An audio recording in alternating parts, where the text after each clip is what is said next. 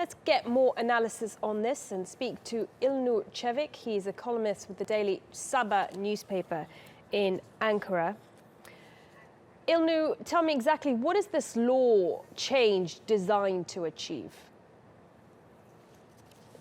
Well, it is designed to achieve, to prosecute deputies who are openly involved in criminal acts. When I say criminal acts, most of them are people who have been cooperating with the PKK terrorist organization. And there has been a building up of pressure from the public on the government, the previous government and the current government, to do something about it. There are people who are openly defying the law, helping terrorists, giving them aid, and not only that, also transporting their arms.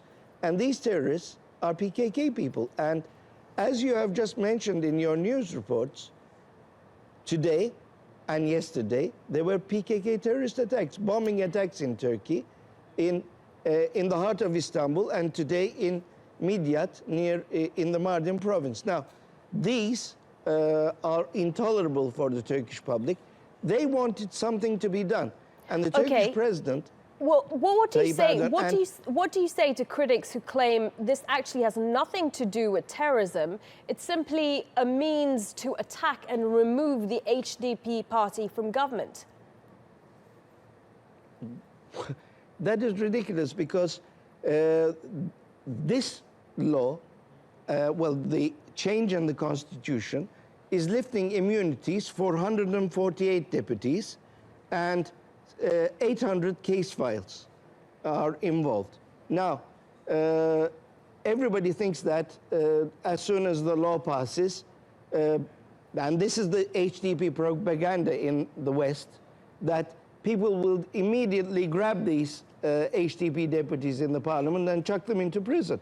That's not the case. That will not happen.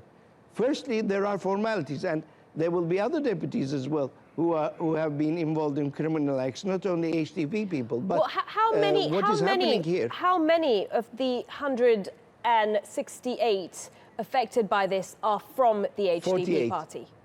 How many are from the HDP party? I do not know the exact figure, but I can tell you that whoever is going to be touched, because in Turkey we are saying people have to be touched. Immunities mean untouchables. Now the term in Turkey is touch them. And whoever is going to be touched is going to be a handful of people. They are not going to be, if there are 50 HDP deputies, they're not all going to be prosecuted. So not at all. Okay, so you believe the HDP party will survive in government? Of course. The matter is not closing down the HDP, or else the Constitutional Court would have closed down the HDP. The issue here is that there are deputies who have been openly involved and who have cooperated with the PKK. They have been caught red-handed, and we cannot do anything about them because the law does not allow us, because they have immunities. Okay, those are going to be lifted. Let's talk about the change. They're not going to be chucked.